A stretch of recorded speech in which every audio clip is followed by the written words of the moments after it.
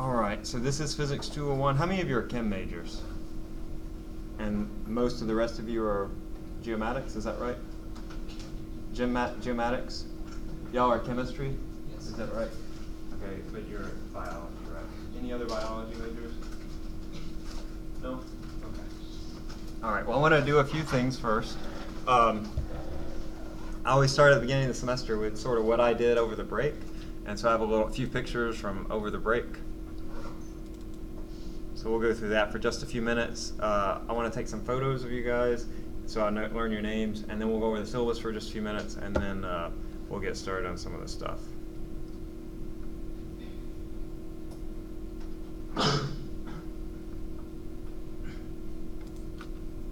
All right, so my name is Dr. Young, and let's see, beginning in May, we had a really busy summer. But beginning in May, I started a class. I'm working on an MDiv at the seminary in New Orleans, and so I took a class called Introduction to Biblical Interpretation. It's also called hermeneutics, which is just a fancy word for understanding or knowing something. So that was a really fun class, learned a lot, and it was really cool. And then right after that, we went to Arizona. My wife and I are both astronomers, and we went to a conference out in Flagstaff called Cool Stars 18. It was the 18th of this conference. And this conference was about young stars, young cool stars that are like our sun. So that's what we study as low mass star formation. We spent about 2 weeks out there. Well, we spent about 4 or 5 days in Flagstaff. We rented a house up in the mountains. My mother-in-law came with us, and then afterwards she went home. We rented an RV, and we went all around the Southwest, which was really cool. So here, this was in Sedona, down at the bottom. Those are my kids, Micah and Ada. Up on the top with the galaxy is them again. That was in one of the museums for the observatory there in Flagstaff. And this is my wife here. I think some of you might have had her for astronomy. Have you had astronomy? Okay, some of you might have her for the lab. And unless you're in the 1T section of lab, you'll have her for lab. Most of you probably will have her. She's really great.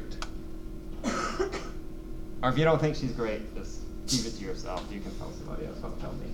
And then afterwards, so after we left Flagstaff, we went to Phoenix and we picked up an RV, and we did the whole RVing thing around the Southwest, which was a lot of fun. We went to, this is in Vegas at the Eiffel Tower. We spent about a day there. This is an M&M world. They have 4 floors of M&Ms. It was really cool. My boy's been really excited. Like, he's been looking it up on Google Earth for months prior to our trip. This was, let's see, next we went to Zion National Park in southern Utah. Beautiful park. I could have spent weeks there. It was like the highlight of our trip. Anybody been to Zion National Park? If you ever get a chance, you should go. It's really amazing. So that was Zion. This was Hoover Dam on our way into Vegas. This is in Page, Arizona. This is called Antelope Canyon. It's a slot canyon. It's about 100 feet deep, about this wide, all the way through, about a half mile long. So we hiked through there. It's really cool. This was at the Grand Canyon with our RV. Let's see. We'll sort of zoom through these, but because they're just our vacation trips, I'm sure you're not that interested. This is the Grand Canyon. This is at Meteor Crater. This was one of the test capsules for landing on the moon. This was on Route 66. We stopped at this like iconic Route 66 diner. It was like the only one in town. I think Route 66 is pretty much dead. This was the Painted Desert, which is near Meteor Crater. This is the Petrified Forest, which is also near Meteor Crater. Oh, and this is Lake Powell in Page, Arizona. It's a really big lake where they dammed up the Colorado River. It has more coastline than the Pacific coast, Lake Powell. So they flooded this desert and made it this big lake. That's my wife again. I forget where that was, somewhere sunny. Let's see, that was June, basically the entire month of June. This is July. Actually, these are all my son's birthday party.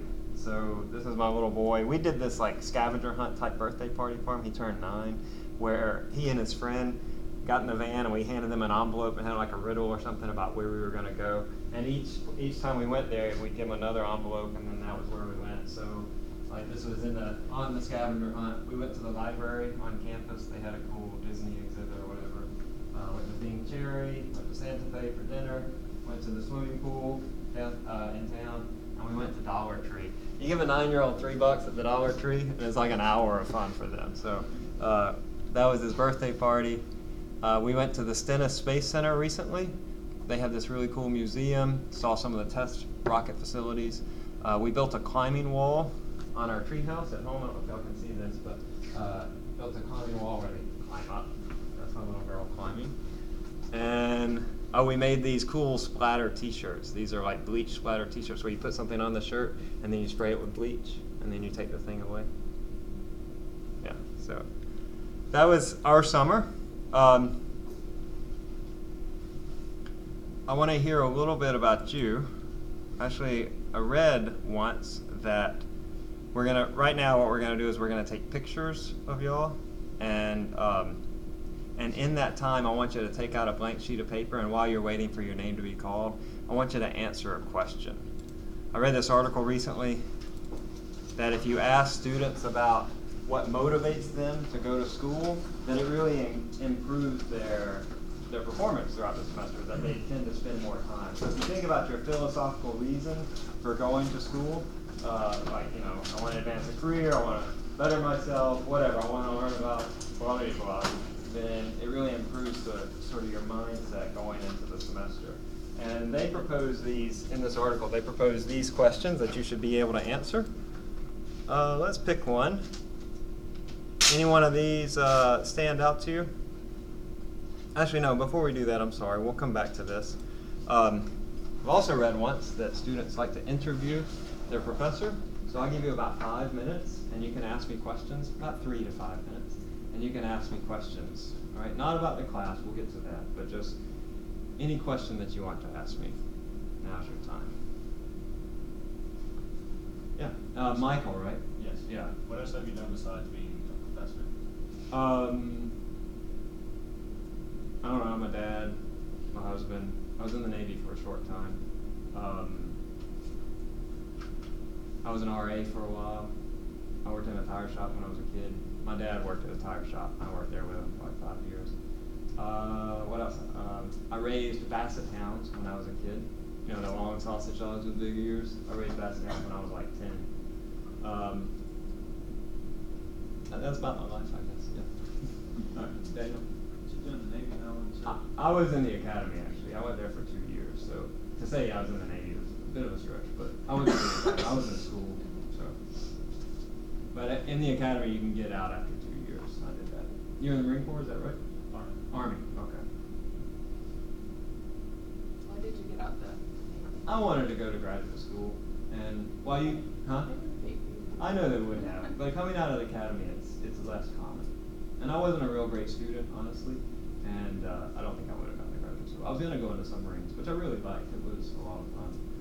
And I actually served on a submarine for a summer tour. You probably had West Point cadets serving with you? Summer times, yeah. So I did that sort of thing. What made you do physics? What made you change your get into physics? Well, I mean, submarines is physics, right? I was going to go into nuclear physics, but I don't know. I just really like physics. I like math. When I was in high school, I really liked the order that we can see in physics. In the universe, we can see this order, and physics is a way to understand that. So I was really entranced by that.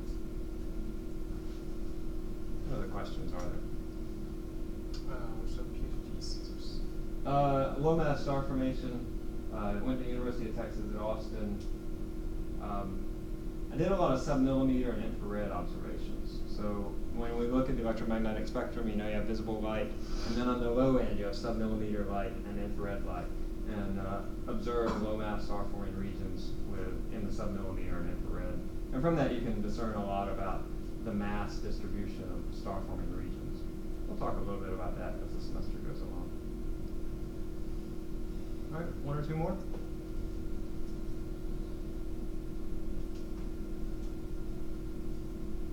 Daniel? How long have you been teaching your youth life? I've been here going on 9 years, and when we first moved here, we had a young, my little boy was 6 weeks, and my wife, she worked part-time until he was 7, I guess. So she just started full-time a couple of years ago, but she worked part-time ever since we moved here. So 9 years. All right, one more question. Yeah, what's your name? Corey? Did Antelope Creek Canyon look like it does in the pictures? Antelope Canyon, it was more amazing than in the pictures, yes. It was really cool. It's actually on a reservation, and so you just can't go there. You have to take a guided tour through it because, gosh, it was the Navajo tribe. They consider it sacred. But so we had this tour guide, this guy that was taking us through, and he showed us like all the cool formations. A lot of the formations looked like things. Like there was a formation that looked like a lady's head with her hair swooped back, and there was one that looked like Nemo from Finding Nemo. It was really amazing. My kids, we didn't think they would like it, but they were overwhelmed by it. They said it was one of the best things. Have you been there? No? I won't say.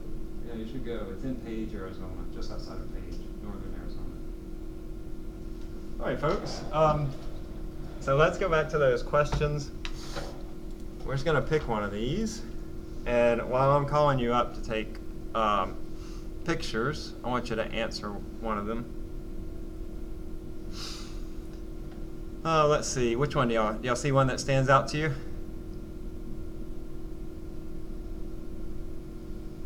Michaela, right?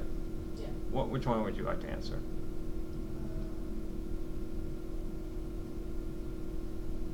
Number 19? Sure. Number 19, where does your inner drive come from? That's a really esoteric and vague question, isn't it? So where does your inner drive come from? In particular, your inner drive as a student. So if you could just fill it on a blank sheet of paper, and please put your name on it, okay? And then in the meantime, I'm going to be calling you up to take pictures.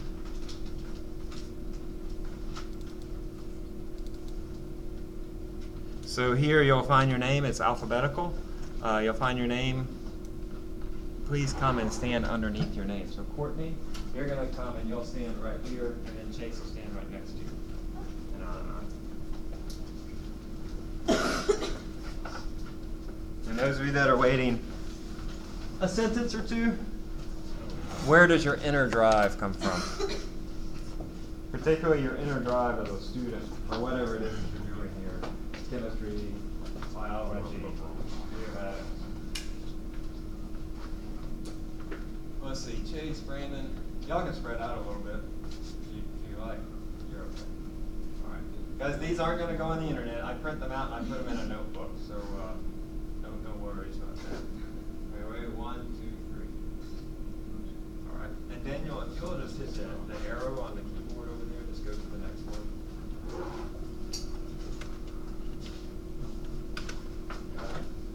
The right arrow.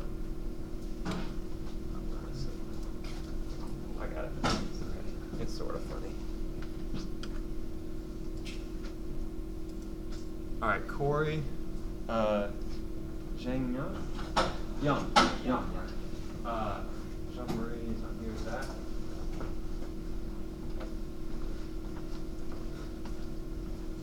So Corey, Young, and Zach, right? All right. You are Zach, right? Mm-hmm. Yeah, okay. All right, 1, 2, 3. All right, guys, thank you. And Josh, Brittany, Michael. Are you good about Mike? No, Michael. You said Michael, right? Is that what you prefer? No, either one, really. I've been called both. Josh and Harley. Michaela.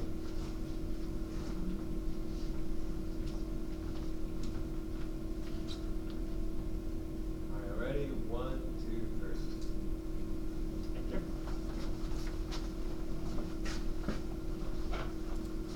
And Christian, Cole, Tung, Tan, and Shadra.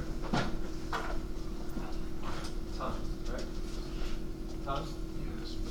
And you go by Tan? Or do you come from Shadra? And Christian. Cole. You're Cole. Is it Christian here? No. All right, so ready? 1, 2, 3. Thank you. We maybe have one more. No, that's the end.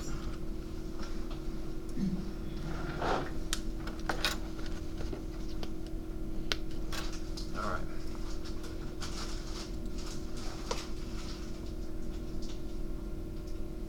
Okay, I want to go over the course website.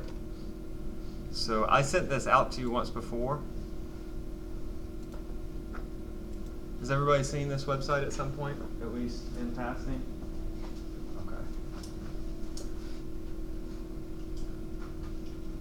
Alright, so this is the course website. I was going to hit a few highlights. My office hours are here. One thing about my schedule is I go off campus at 8:30 on Mondays and Wednesdays. That means that after this class, I'm basically going to have no time. Like if you have a quick question, I can answer your question, but I have to get out the door like almost as soon as class is out. In fact, I might let you out like a minute early on Mondays and Wednesdays. Okay, so I'm sorry for that. I know that sometimes you have questions after class. But I'll be around like just a half hour later. So maybe if you have a 2M, like I think organic meets in here, is that right? Yeah. Yeah, so if you have a class, you can just come in right after that. Just come to my office. My office is just right around the corner. It's in the department office next to the department head. All right? I go to my little girl's kindergarten class, and they start centers at 8:30, and so I want to get there like as soon as I can, because I'm only there for like a half an hour. All right, so those are office hours. This is the syllabus. I'm not going to read it all. I want to go over a few things. Mainly the grading. These are our test dates right here. Does anybody have the textbook, the workbook? May I see it, Daniel? I think that your syllabus is incorrect here, unfortunately. It is, yeah. So on the testing, unfortunately, I got the 101 test dates here, so you'll need to go by these test dates. If you have this, it is on the back, and those test dates are correct. All right, but the test dates in the syllabus, in the book, are not correct. I'm sorry for that. All right, but these are the test dates. They're on the website. There'll be hour exams. In fact, usually what I do is I start the exam at 7:15, so you get an extra 15 minutes, and then you come in and you have the whole class period. So those test dates are incorrect? Or? These test dates are correct, but Okay. if you have the workbook, the test dates in there are not correct. They're Tuesday, Thursday dates in the workbook anyway, so they wouldn't make any sense to you. Okay. All right, there is a homework assignment. I'll show you where that is on the website. I don't take up the homework and I don't grade the homework, but often the exams are similar to the homework. So it's good practice to work through the homework. And then also I'll show you some old exams, which those are also good practice to work through. Part of your, so each of these exams is 100 points. And then you'll also take a cumulative final exam, which will be 150 points. And those are all the dates. You'll also have 50 points for class participation. That's what we'll use the clickers for. So as we go through the class, we'll have a number of multiple choice questions. We're going to have lots. I think there are almost 200 questions that you'll answer throughout the semester. And so each one is only worth a little bit. Let's see, 0.14 points. I might scale that a little bit up if it seems that the class is just falling behind in the class participation. But typically that's about what it is, about 0.14. That's for incorrect answers. But if you get the answers correct, you get 0.28 points. The way I get those numbers is I say, if you answer all of the questions that are given throughout the semester and you get 1/2 of them wrong, then that'll give you full class participation. Right? It's a participation credit, it's not a testing credit. But I want you to try your best, okay? But if you get them all, if you answer them all and get half incorrect, then you'll get full credit. Is that clear? So if you come in today and you forget your clicker or whatever, don't sweat it. Just pick it up the next time and make sure that you do your best. Because if you miss a few days here or there, it's not going to really impact your class participation credit. But if you miss a lot of days, then it will. Is that clear what I mean? All right. Okay, let's see. In case of classroom disturbances, I deduct 3 points from that 50, and those you can't make back up again. So you'll have a max of 47 or 44 or 41 or whatever it is. That's not usually a problem in this class. This is the grading scheme, makeup policy. If you miss an exam and it's unexcused, I need some sort of written documentation. But if it's unexcused, you just slept late, you didn't want to take the exam that morning or whatever, then I automatically deduct, 15 points. So if you wake up and you say, I can't take this exam today, it's going to be a 15-point deduction for you. And then after that, it's 3 points deducted for every day that you don't contact me. So for example, if you miss the exam on Tuesday and then contact me the following Monday, that's going to be 15 plus 3, 6, 9, 12, 15, 18 points. It's a lot of points. Yeah, you miss a lot of points because you miss 3 points for every day. All right? If you're dishonest in any way on the exams, you'll be reported to the college. You'll get a 0 in that exam, of course, but you also report it to the college. They don't take action immediately, but if you have several that pile up, then they do take action on that. And then there's the drop date. Attendance is essential. I find that students that do well in the class typically come to class every time, so attendance is very important. But I don't take roll other than the clicker points. All right. Don't pass your clicker off to somebody if you're not in class, because I do know who comes to class, and I do go through the clicker rolls occasionally and check to make sure that everybody that was in the room is actually in the clicker rolls. So you understand what I mean? I will find out, and I have found out before, so don't think you can pull that over on me. I mean, if there are 18 people in the class and 19 are clicking in, that's my clue. All right. Okay. Any questions about this? How we grade the class? 4 exams, that's 400. 150 point final, that's 550. 50 points class participation. There is no drop exam. There will likely be some extra credit as we go along through the semester. All right, not a whole lot, 10 to 20 points.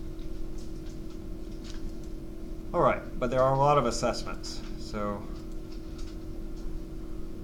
there's an addendum here that covers things like learning disabilities, what to do in case of an emergency. I have been asked to tell you what to do in case of a fire. In case of a fire, we're just going to go out this door in an orderly fashion, and we'll go out into the quad.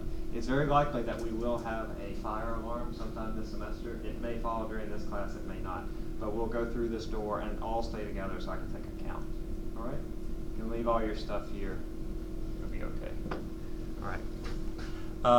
This is advice from previous students on how to make an A in this course. Typically they say do the homework, work the old exams, come to class, study the concept test. Those are the questions that will be the clicker questions that we'll answer in class. I'll let you read that on your own. If you want to do honors credit, I don't have it up right now, but if you want to pursue honors credit in this class, just let me know. I have a list of proposed projects, or you can come up with your own project. I've had a lot of students do honors credit. It typically goes over pretty well. So if you want to do honors credit, then please let me know. There is a workbook for this. You can pick it up on Amazon, and it has all the notes for the class. So you'll sort of see how it works, but I have slides that I'll go through and we'll fill in and we'll work problems together. And that'll all be in your workbook.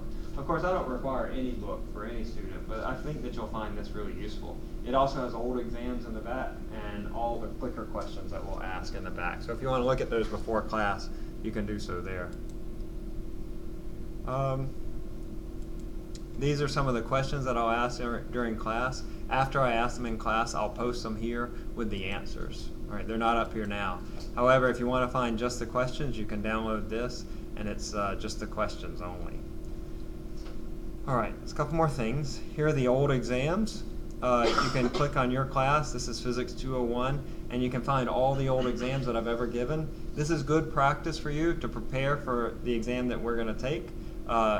So for example, last semester, or this was fall 2012, I'll get fall 2013 up as well. This was their exam. It had 15 multiple choice about the materials. All right. And then it had 4 to 6 free response. So here they were supposed to derive the equations of motion. Here was an estimation problem, which we'll go over. This was a dimensions problem. This was a kinematics problem, analyzing motion graphs. And another kinematics problem. So that's sort of what your exams will look like. Some multiple choice from free response. Most of the points will come from the free response. Typically 70% comes from the free response. Okay? Those will give you a good idea of what to expect as the exams come along, and it'll make good practice for you. And some of those old exams are also printed in your workbook. You can also find solutions for them. If you go on, click that link, you'll find it's just a YouTube link of me working through the exam. Let me zoom ahead a little bit. Area each student has. All right, so it just shows me working through it on the board with a voiceover. It's real exciting, and it could probably put you to sleep, but it can be useful to help you prepare for exams if you get stuck or whatever. Any questions so far? Going through this fast, it's all sort of there on the website. So this is your homework. So here for chapter 1, the homework problems are in the workbook, but you can also download the PDFs of them right here. There aren't a whole lot of questions for each chapter, 10 or 15. but they're there for you to practice. And then there's also a solution, just like the previous one, decimal place. where I work through each homework problem and show you the correct answers. Okay? If you feel like you need additional practice, I would look at the old exams, and then I also have some other links for practice problems. These are a series of textbooks that you can use for the class. These are all trig-based classes, and this is a calculus-based class. So some of the stuff that we're doing in this class won't be in these textbooks, but they're still good textbooks. The best here is this OpenStax book. This is a refereed book that's put out by Rice, but it's open source, it's free. You can download the PDF or an HTML version for free. If you want to just buy the book, you can buy it for like $50 printed. There are some other really good books. If you're sort of a textbook type person, I find that many students are not textbook type people, but if you want a textbook to follow along in the class, I can make some recommendations. Halliday and Resnick is sort of the typical book for this class, and you can find it on Amazon for cheap usually if you get an old version. Let's see, so just for example, this is Halliday and Resnick. You can buy used, oh this is the new version, but you can get a cheaper version for less than $20. So if you want to buy a textbook, just let me know and I'll make some recommendations. All right? Any questions? Okay. I think that's it as far as the course goes. Just go back real quickly. Oh, I will also post screencasts of the class. This was from last year, but I'll post every day. I'll post a recording of what happens in class. That will include what's on the screen as well as voiceover. Sometimes my mic here isn't that great, so like if I move away from it, the podium too much, it might just sort of barely pick it up, but I think you'll be able to make it out. So if you miss something in class, you need to go back and look at it, then you can use that. Or if you, God forbid, miss class altogether, then you can go and catch up and see what we covered in class that day. Right? I almost always get it up there, but if I forget one day, then please just bear with me. Or sometimes the recorder might not work properly, or I might forget to turn the recorder on or whatever. So don't definitely rely upon it. If you know that you're going to be out, you can shoot me an email, and I'll make certain that I record that day. But I almost always do it. Okay. I think that's all. Questions about the class? One or two questions? How many exams are we going to take? Oh, yeah, including the what? Right, including the final. Class participation counts for how many points? 50. So, I mean, that's a little less than 10%, right? The total is 600, so 50 over 600 is, oh, what is that? Like 8 or 9%. So it's not insubstantial. Are there drop exams? No. I had a drop exam last year. I didn't have any at y'all last year, but I did have a drop exam last year, but I didn't feel like it was very good. So, okay. Any questions? No? Okay.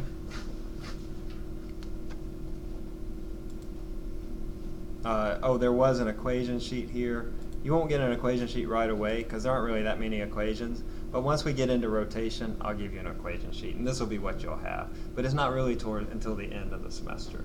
It's really, you know, we have 2 kinematics equations and F equals MA, and that's about it. All right. Besides, well, we have trig and calculus and stuff like that, but y'all know how to do that, right? Okay, good. All right, let's start then.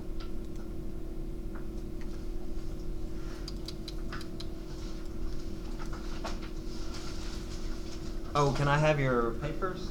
Are y'all done with those?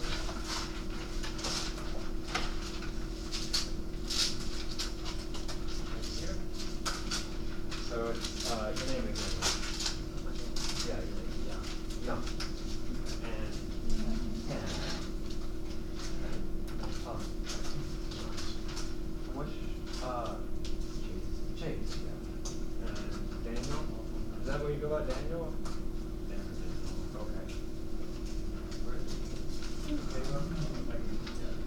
You're Brandon? Brandon. Shaker? Am I saying that correctly? Shaker? Okay. Michael, right? And, Zach. Zach. Zach. Okay. Oh, of course. Yeah. All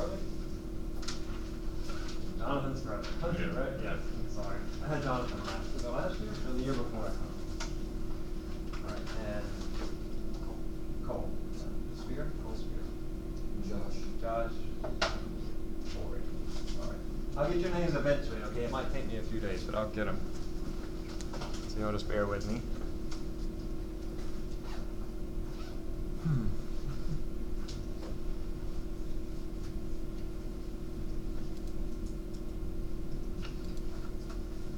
So if you have your little workbook, this is just following along in the workbook.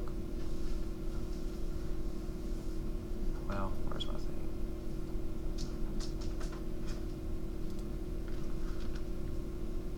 And here's the syllabus, but remember, unfortunately I got the exam dates wrong here. All right, those are exam dates for the 101 class. So they're on Tuesday, Thursday, so that should be a clue to you, but on the back of the book, it has the correct exam dates. Those are not going to change unless there's some major disaster. If there is a major disaster, like, you know, a what? A hurricane, we'll continue with the class. I'll post some screencasts for you to keep up with the class. So, you know, if you have internet access, please continue to try to do that. If not, I'll be understanding, but we'll sort of limp along in the class even as we're out. All right, so let's see, introductions, did that. Now we're going to look at the standards of length, mass, and time. You've probably seen a lot of this, or you might not have, but we're going to also review some trig and some calculus and go over some basic dimensional analysis. We're not going to spend a whole lot of time on chapter 1 because it's pretty basic stuff and you should have had it in high school. But it also is very, very important for the class that you know how to do this, so we will spend some time on it. We'll go over sig figs, the metric prefixes. You probably have this in all of your science classes, right, on the first day or in the first chapter. Do you? Okay. All right. So we have different standards for length, mass, and time. A standard is just what defines what that measurement is. So, you know, for example, the standard of the foot could be a foot or whatever. So you have to have something that you compare this distance that you want to measure something in to the actual distance. So these standards for length, mass, and time. The current standard for the unit of measurement in length in the SI system, and SI of course means System International. Hold on, I'm sorry, I have to calibrate this. Excuse me for just a minute. My pen is messed up.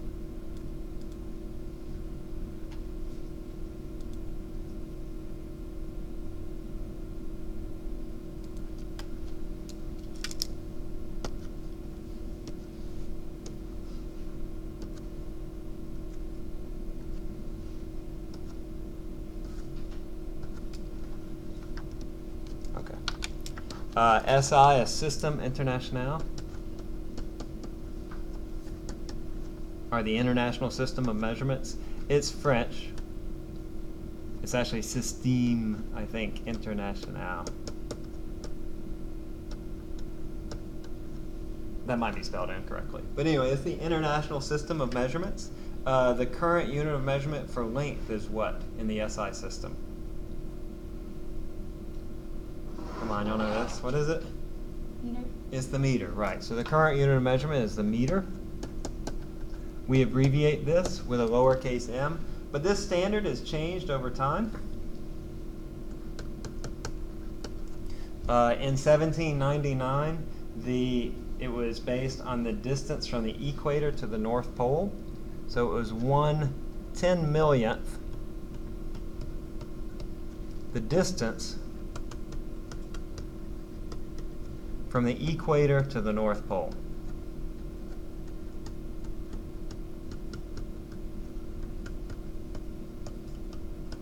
Why is that a problem for acting as a standard for the meter? 1/10,000,000th the distance from the equator to the North Pole. Well, first of all, when we're looking at standards, we have some criteria that we want to meet. All right, standards should be accessible.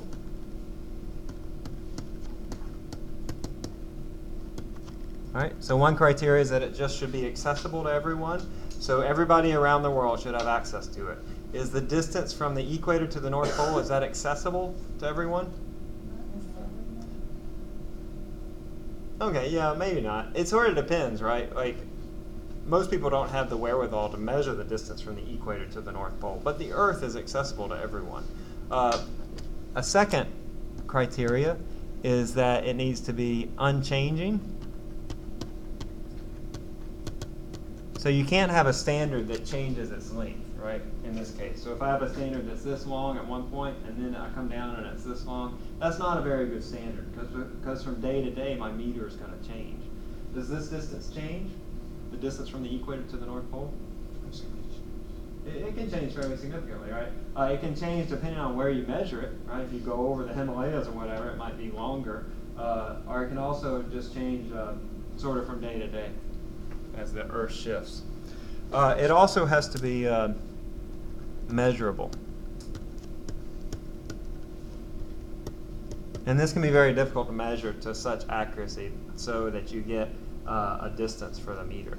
So that's not a very good standard.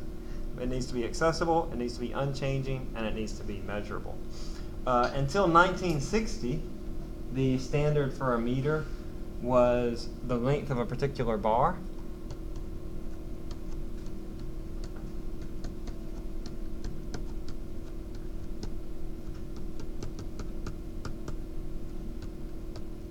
This particular bar was in France. Not like a bar like you sit at and tell bad jokes, but like an actual bar. It was a metal bar. It is set inside this lab in the SI lab, the System International Lab. And that bar was the meter for everybody. So if you wanted to know what a meter was, you would go to this lab and you would take a measurement of this metal bar, and then that would be a meter. So where does this fail on these three criteria? Is it measurable? It's not accessible. It's only accessible to the French. Actually, they had copies of the bar that was sent all the way around the world, and we'll see a similar thing for the kilogram, but not very accessible. Like you couldn't go in there and say, hey, can I see the meter bar? Because it was like under lock and key. It also can change, because if you have a bar, a metal bar, it can change depending upon the temperature. It can lose atoms to the environment or whatever. So not a very good standard. Now, the meter is based on the distance light travels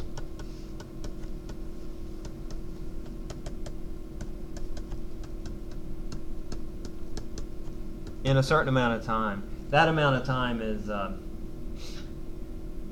1 over roughly 3 times 10 to the 8th seconds. All right.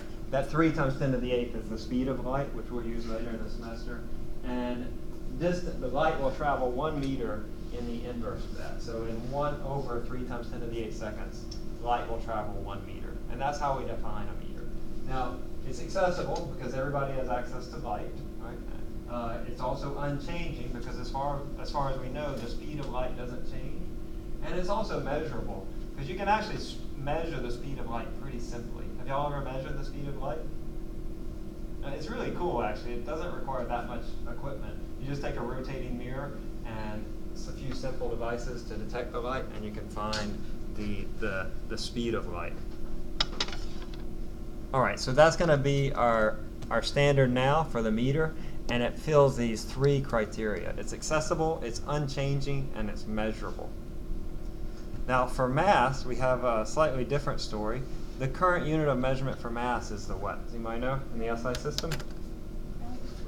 A what? Gram. Not a gram.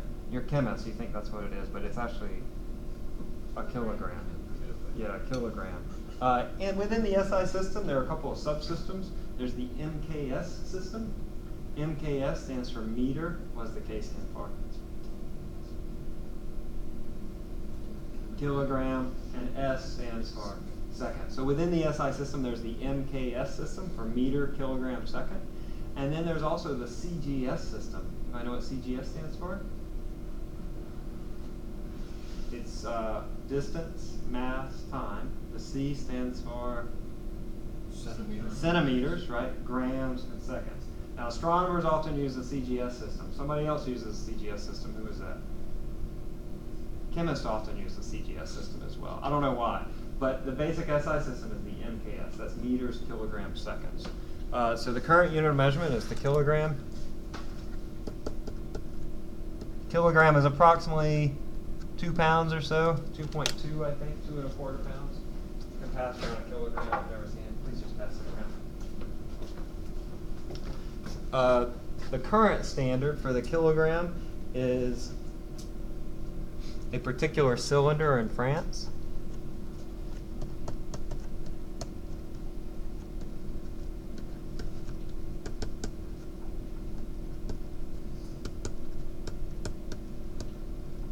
So it was sort of in that era, like when we had the bar for the standard for the meter.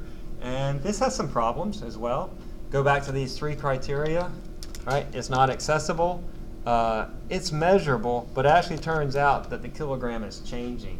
So the current standard for the kilogram is actually losing mass. I have a little video I want to show you about this.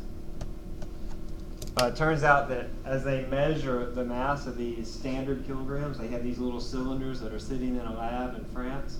As they measure them from year to year, they found that those little cylinders are actually getting different masses. And they think that they're just basically ejecting atoms in some way. They don't really know why they're losing mass. All right? So there is work right now to create a new standard for the kilogram. That's based on a silicone sphere, and then they will define the kilogram just by the diameter of that silicone sphere. I want to share a little video with you. It's only about 4 or 5 minutes or so.